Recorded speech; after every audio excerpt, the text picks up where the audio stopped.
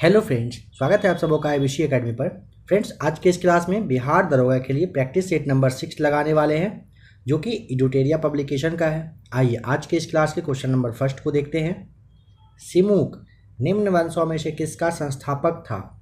सिमुक था सातवाहन का। Option D यहाँ पे राइट आंसर हो जाएगा। मौर्य वंश के बाद ना दक्षिण भारत में सबसे प्रभावशाली अगर राज्य पूछे, सातवाहन बता दीजिएगा, सातवाहन ही हुआ था। पुराणों में इस वंश के बारे में संस्थापक का नाम पूछा जाता है, मतलब दिया हुआ है, क्या नाम है बताइए? तो सिंधुक कहिए, सिमुक कहिए, या फिर एक और नाम था सिप्रक करके ये दिया गया है। नंबर सेकेंड, बताइए कौन सा सही सुमेलित नहीं है?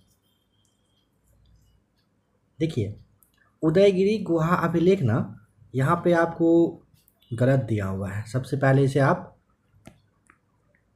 चंद्रगुप्त द्वितीय यानी कि सेकेंड कर लीजिए। उदयगिरी गुहा अभिलेख के लिए, मंदसौर अभिलेख के लिए यहाँ पे भी आपका गलत ही दिख रहा है। ये हो जाएगा मालवा नरेश जो थे यशोवर्मन करके, ठीक है, यशोवर्मन। और ऐहोल अभिलेख के लिए हो जाएगा पुलकेशिन द्वितीय। इसके लिए पुलकेशिन द्वितीय हो जाएगा सही जवाब, ठीक है। तो यानी कि सभी यहाँ पे गलत है, डी टिक करना है, option number D. Itsing Bharat की यात्रा पर आया था कब? सी राइट आंसर। 7वीं शताब्दी में आया था इत्सिंग। कहाँ आया था? भारत की यात्रा पर आया था। नंबर 4, तंजौर का राजराजेश्वर मंदिर किसने बनवाया था? तंजौर का राजेश्वर के लिए पूछेगा, ऑप्शन नंबर सी, राजराज प्रथम के द्वारा बनवाया गया था तंजौर का राजराजेश्वर मंदिर। निम्नलिखित में से कौन से अद्वैत वेदांत के अनुसार किसके द्वारा मुक्ति प्राप्त की जा सकती है? ए राइट आंसर, ज्ञान के द्वारा। चंद्रगुप्त द्वितीय के दरबार में 9 रत्नों में से कौन शामिल नहीं थे? Patanjali, D right answer. Chandragupta द्वितीय के दरबार में बेताल भट्ट, धन्वंतरी, कालिदास ये सभी थे, लेकिन पतंजलि नहीं थे, ध्यान रखेंगे। पतंजलि जो है ना शुंग के दरबार में रहते थे। किस वायसराय के समय बिहार में भारतीय राष्ट्रीय कांग्रेस का दूसरा वाला अधिवेशन गया में संपन्न हुआ था? लॉर्ड रीडिंग के समय में। लॉर्ड रीडिंग का कार्यकाल 1921 से लेकर के 26 तक था। इसी के समय में 1921 में होता है मोपला विद्रोह, अगर आपको ध्यान हो। 1922 में चौरी चौरा घटना होता है, जिसके के बाद गांधी जी अपना असहयोग आंदोलन वापस लेते हैं।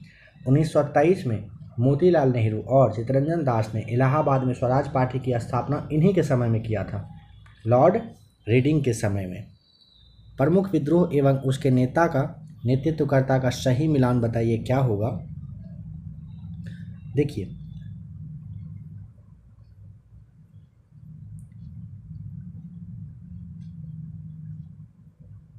यहाँ पे बिल्कुल सही दिया हुआ है सब। फकीर विद्रोह मजनून शाह और चिराग अली के द्वारा। भील विद्रोह है सेवाराम।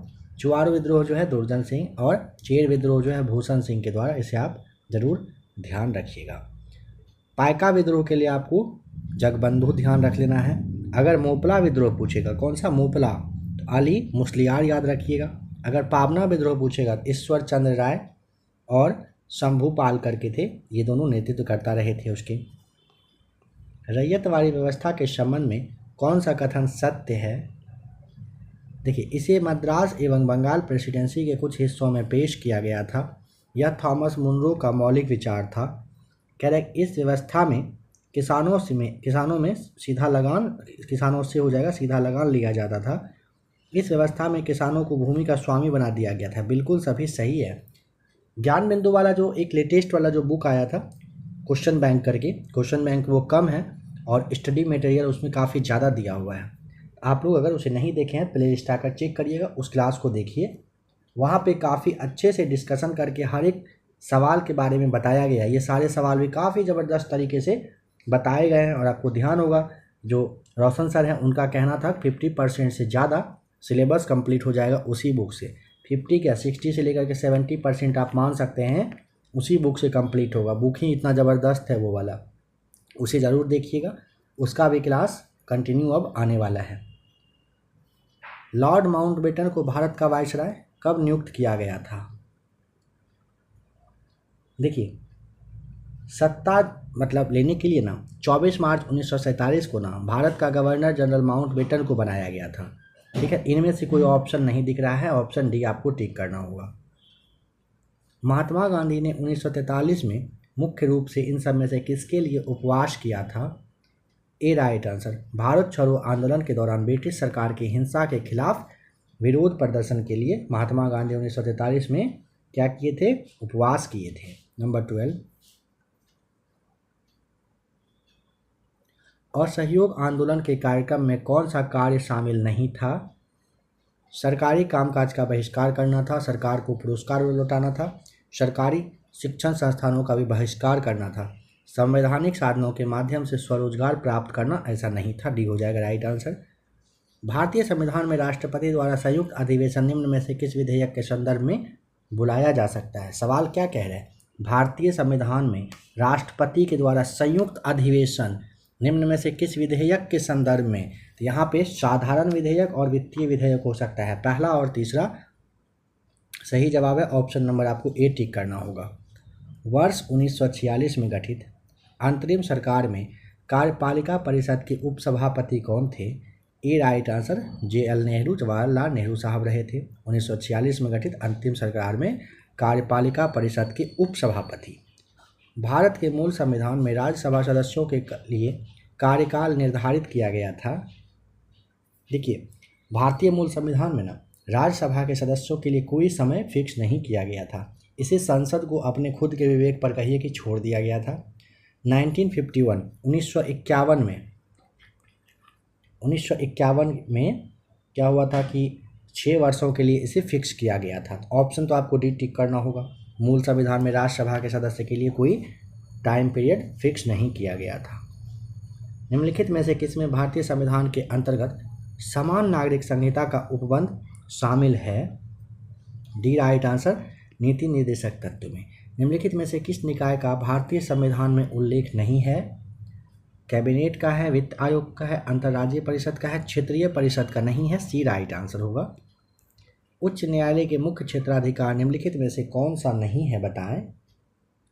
प्रारंभिक क्षेत्राधिकार आता है, अपीलीय भी आता है, निरीक्षण का भी अधिकार आता है, परामर्श दायी क्षेत्राधिकार नहीं आता है उच्च न्यायालय के मुख्य क्षेत्राधिकार में। निम्नलिखित में से किस राज्य में विधान परिषद नहीं है? महाराष्ट्र, आंध्र प्रदेश, कर्नाटक में है, तमिलनाडु में नहीं है। साथ ही साथ बिहार, उत्तर प्रदेश को आप याद रखिए, यहाँ पर भी है, तेलंगाना में भी है। पंचायत चुनाव कराने के लिए जो निर्णय है वो किसके द्वारा लिया जाता है? तो ये राज्य सरकार के द्वारा। सी राइट आंसर हो जाएगा। भारत के सर्वोच्च न्यायालय के कार्यवाहक मुख्य न्यायाधीश की नियुक्ति करता है, कौन करता है? सी राइट आंसर, राष्ट्रपति साहब करते हैं। कौन सा संविधान संशोधन 8वीं अनुसूची के भाषा से संबंधित नहीं है? ऑप्शन नंबर बी, 36वां संविधान संशोधन 1975 हो जाएगा सही जवाब। 36वां संविधान संशोधन सिक्किम को ना भारत का जो 22वां राज्य बनाया गया था, इसी के तहत हुआ था।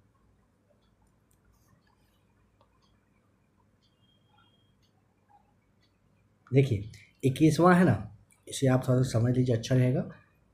बी को छोड़ के 21वां संविधान संशोधन 1967 में जो हुआ था, फिर 71वां संविधान संशोधन 1992 में, और 92वां हुआ था 2003 में।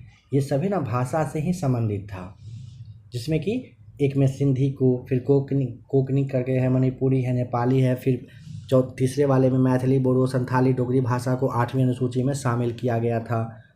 एशियाई जंगली गधा कहाँ पर पाया जाता है?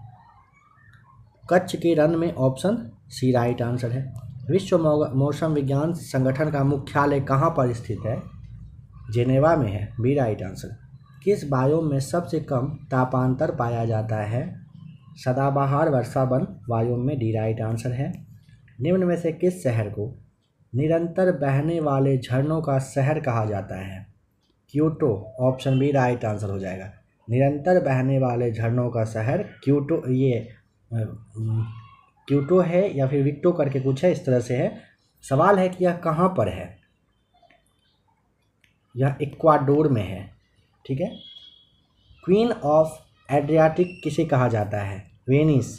कहाँ पर है यह? इटली में। एंटीलीज का मोती कहा जाता है क्यूबा को। शिकागो के बारे में आप जानते हो, हवा वाला शहर या फिर गार्डन सिटी कहिए, शिकागो को कहा जाता है। कहाँ पर है? यूएसए में। गोल्फ की गेंद का वजन कितना होता है? ए राइट आंसर 45.94 ग्राम। गोल्फ के गेंद का वजन को आप जरूर याद कर लीजिए, 45.94 ग्राम होता है। वाचस्पति पुरस्कार किस क्षेत्र में दिया जाता है? संस्कृत साहित्य के क्षेत्र में वाचस्पति पुरस्कार दिया जाता है। निम्न में से किस व्यक्ति को गुरुजी के उपनाम से जाना जाता है? एम.एस. गोलवकर को क्या नाम से गुरुजी के नाम से जानते हैं? लीम और नुरालीम किस राज्य का प्रमुख लोक नृत्य है? नागालैंड का यह है। ऑप्शन डी सही जवाब हो जाएगा। गरबा और डांडिया कहाँ का है? गुजरात का है। दो फेमस बता दिया जा रहा है। लाहो और बांग्ला पूछेगा, मेघालय का है। झूमर गणगौर पूछेगा, राजस्थान बताइएगा। नागालैंड का पूछेगा तो लीम और नुरालीम करके है। केंद्रीय खनन अनुसंधान संस्थान कहाँ पर स्थित है? सी राइट आंसर। कहाँ पर? धनबाद में। जो केंद्रीय ईंधन अनुसंधान पूछेगा तो जादूगोरा। केंद्रीय ईंधन अनुसंधान संस्थान, ये जो आपका जादूगोरा है, जलगोरा है, यहीं पे होगा। प्लाज्मा अनुसंधान संस्थान पूछा जाता है, कहाँ पर है? प्लाज्मा गांधीनगर में है। गोवा के बारे में पूछा जाता है, राष्ट्रीय समुद्री विज्ञान संस्थान बता दीजिएगा, गोवा में है। भारतीय औद्योगिक विकास बैंक यानी कि आईडीबीआई की स्थापना हुई थी कब? सी राइट आंसर 1964 में। मेघालय के नए राज्यपाल का नाम बताना है। P Chauhan. B right answer. Sally app को किस सरकार द्वारा जारी किया गया है? 34। D right answer. केरल के द्वारा।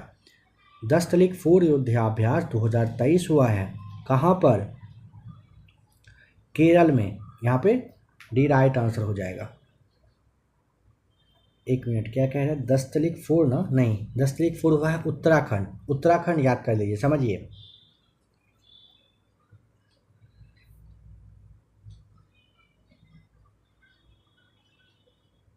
दस्तलिक 4 जो युद्धाभ्यास है ना 2023, इसका आयोजन भारत और उज्बेकिस्तान के बीच में हुआ है। ठीक है, भारत प्लस उज्बेकिस्तान।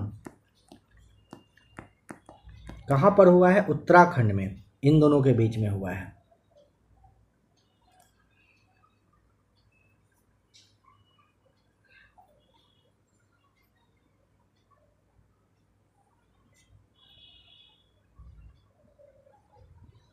दस्तलिक 4 युद्धाभ्यास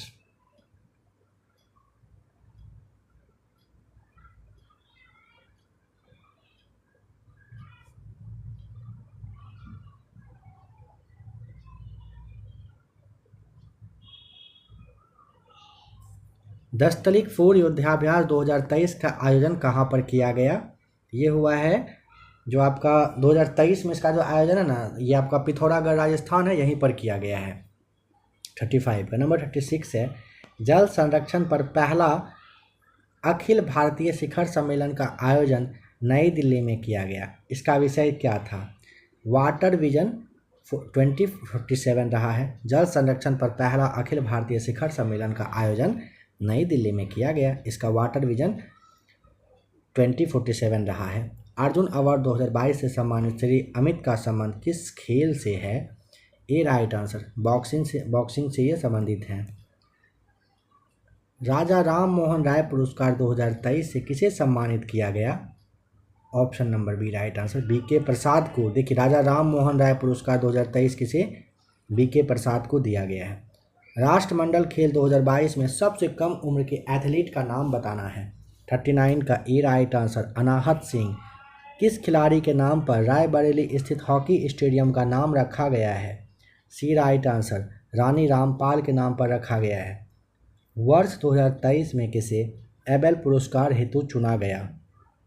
ऑप्शन बी लुइस कैफेरेली को चुना गया है। 2023 में लुइस कैफेरेली को गणित के लिए जो एबेल पुरस्कार दिया जाता है, इसके लिए चुना गया है। किसने कॉल बिफोर यू डिग नाम से ऐप जारी किया है? ए राइट आंसर नरेंद्र मोदी के द्वारा किया गया है।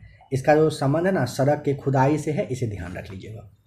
किस देश में हाल ही में घोड़े यात्रा त्यौहार को मनाया गया है? देश में पूछा ना, नेपाल में मनाया गया, बी राइट आंसर हो जाएगा। अंतर्राष्ट्रीय वन दिवस 2021 का विषय बताइए, क्या थीम रहा था अंतर्राष्ट्रीय वन दिवस 2021 का? A right answer forest and health. NBD में नए सदस्य के देश के रूप में किसे शामिल किया गया है? ऑप्शन बी राइट आंसर मिस्र को। हाल ही में किस संसद की सदस्यता लोकसभा सचिवालय द्वारा निरस्त कर दिया गया है? ए राइट आंसर किसे? इसका राहुल गांधी का। आज का जैसे डेट है आपका अप्रैल 19 20 तक के लिए आपको ये ध्यान रख लेना है, आगे का पता नहीं। हाल ही में जियो सिनेमा के ब्रांड एम्बेसडर कौन बने हैं? ए right answer Surya Kumar Yadav. Diesel परिवहन के लिए मैत्री पाइपलाइन जिसकी लंबाई 131 किलोमीटर है, यह किन दो देशों के बीच में है? यह संबंधित है भारत और बांग्लादेश के बीच। ए राइट आंसर। ऑस्ट्रेलिया ओपन 2023 महिला एकल का खिताब किसने जीत लिया? एरिना सबलेंका ने। ए राइट आंसर। एरिना सबलेंका आपको बता देना है। और पुरुष एकल का पूछेगा तो नोवाक जोकोविच याद रखें। हाल ही में किस राज्य ने 19 नए जिलों के गठन का ऐलान कर दिया? Rajasthan, B right answer. Global fire index 2023 में भारत का स्थान क्या रहा? ऑप्शन नंबर डी चौथा। एक देश एक उर्वरक योजना को किसके द्वारा लॉन्च किया गया है? ए राइट आंसर नरेंद्र मोदी के द्वारा। कुल वाहनों में 30% इलेक्ट्रिक वाहन करने का लक्ष्य भारत सरकार के द्वारा कब तक के लिए रखा गया है? वर्ष 2030 तक के लिए। और शून्य कार्बन उत्सर्जन का लक्ष्य है ना, इसके लिए लक्ष्य रखा गया है 2070 का समय। Australian of the year 2023 award से किसे सम्मानित किया गया? ए राइट आंसर अमर सिंह को दिया गया है। अच्छा, यह जो है ना मतलब Australian of the year award 2023 दिया तो गया है अमर सिंह के लिए, लेकिन किस क्षेत्र में क्यों दिया गया है?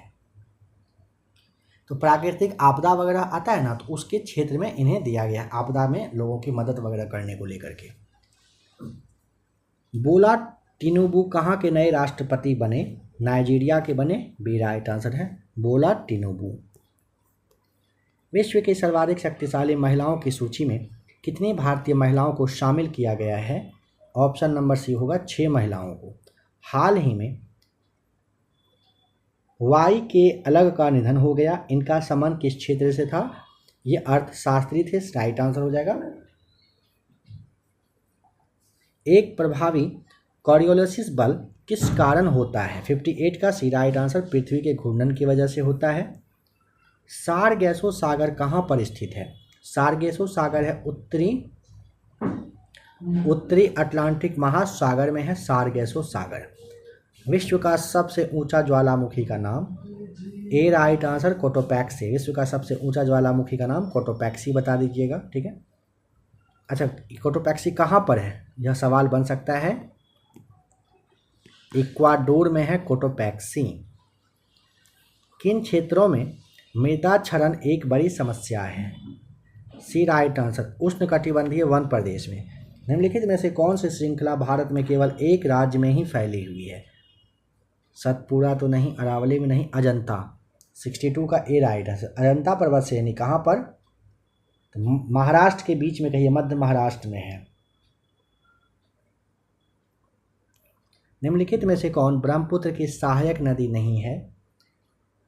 देखिए, ब्रह्मपुत्र नदी का उद्गम है तिब्बत का मानसरोवर झील है, यहीं से होता है। इस नदी की लंबाई लगभग आप जानते हो, लगभग ये 2918 किलोमीटर के आसपास चलती है। देखिए, दिबांग, कामेंग, लोहित वगैरह इसकी क्या है, सहायक नदी है। लेकिन यहाँ पे क्या पूछा, सहायक नदी नहीं है। ऐसा करेंगे, कोई नहीं टिक करना है, यानी कि दिबांग भी है और कामेंग भी है और लोहित भी इसकी सहायक नदी है। इंदिरा गांधी नहर का उद्गम स्थल है option number C Harike barrage.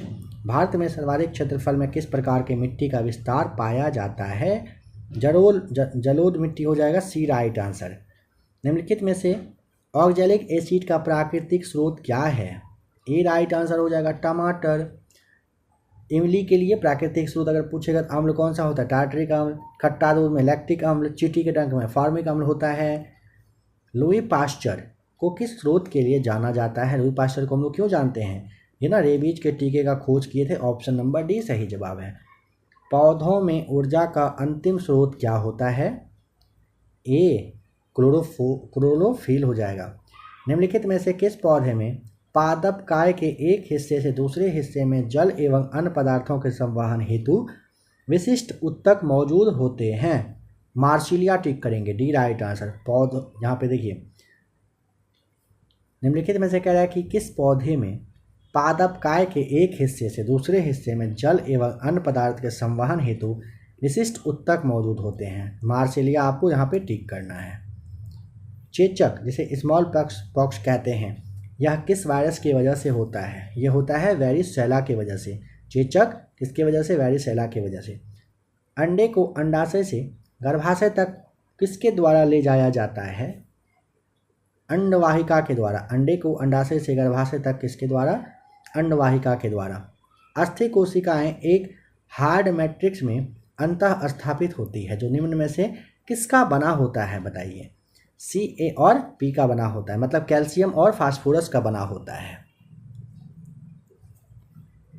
निम्नलिखित में से कौन सा अंग मनुष्य के उत्सर्जन तंत्र का भाग नहीं है? गुर्दा है, गर्भाशय तो नहीं होगा, मूत्रवाहिनी होगा और मूत्रमार्ग भी होगा। ऑप्शन नंबर आपको यहाँ पे बी टिक करना है। मानव शरीर की सबसे बड़ी धमनी कौन सी है? महाधमनी, ए राइट आंसर। विज्ञान की वह शाखा कौन सी है जिसका उद्देश्य मानव जनसंख्या आनुवांशिक गुणवत्ता में सुधार करना है? ये हो जाएगा आपका C right answer, eugenics right answer. विज्ञान की वह कौन सी शाखा है? तो शाखा है यूजेनिक्स। यूजेनिक्स इसका उद्देश्य मानव जनसंख्या आनुवांशिक गुणवत्ता में सुधार लाना है। कोशिका का वह बाह्यतम आवरण कौन सा है जो कोशिका के अवयवों को उसके बाह्य वातावरण से अलग करती है? डी राइट आंसर, प्लाज्मा झिल्ली हो जाएगा सही जवाब। निम्नलिखित में से क्या समानता है कार्बन, सिलिकॉन, बोरॉन या फिर आर्सेनिक? यहाँ पे 77 का सही जवाब ऑप्शन नंबर डी। एक मिनट, ये इनमें से कोई समानता देखिए,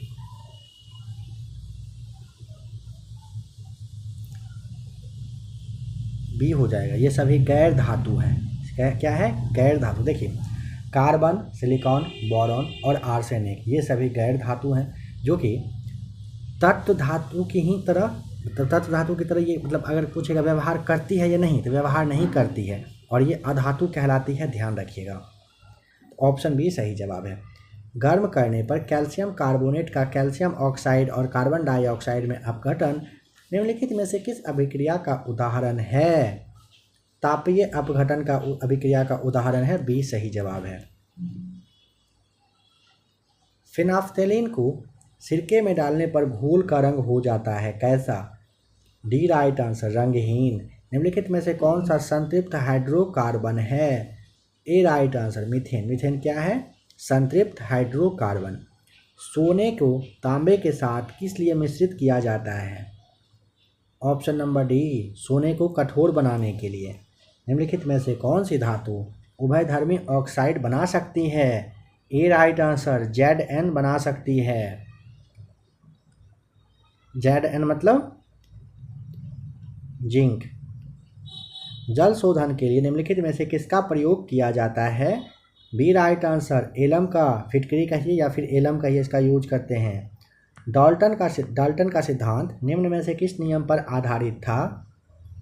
रासायनिक संयोजन पर, ए राइट आंसर। निम्नलिखित में से कौन सी विशेषता एक आदर्श ट्रांसफार्मर में होता है? देखिए आदर्श ट्रांसफार्मर पूछा ना, इसमें कुंडलों में प्रतिरोध नहीं होता है, क्रोध में किसी प्रकार की हानि नहीं होती है, क्रोध में अनंत पारगम्यता यानी कि चुंबकशीलता होती है। ऑप्शन डी टिक करेंगे, इनमें से सभी होगा। एक कंडक्टर का प्रतिरोध किसके व्युत्क्रमानुपाती होता है? सी राइट आंसर, अनुप्रस्थ भाग के क्षेत्रफल के। बताइए स्मॉल जी के मान की SI इकाई वही है जो किसकी इकाई के